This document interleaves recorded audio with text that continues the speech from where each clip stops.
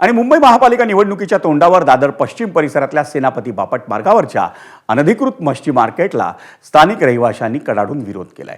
या रहिवाशांनी आज सेनापती बापट मार्ग रोखून धरल्यामुळे वाहतूक कोंडी निर्माण झाली होती। भाजपच्या स्थानिक नेत्या अक्षता तेंडुलकरही या आंदोलनात सहभागी झाल्या होत्या। सेनापती बापट मार्गावरचं मच्छी मार्केट हे 3-4 वर्षांपूर्वी बंद झालेलं असतानाही घाऊक मच्छी विक्रेते रस्त्यावरच व्यवसाय करत असल्याचा आरोप हा स्थानिकांकडून करण्यात आला। त्यामुळे परिसरात सकाळच्या सुमारास वाहतूक कोंडी आणि घाणीचं साम्राज्य पसरत असल्याचाही आरोप स्थानिक रहिवाशांकडून करण्यात आला।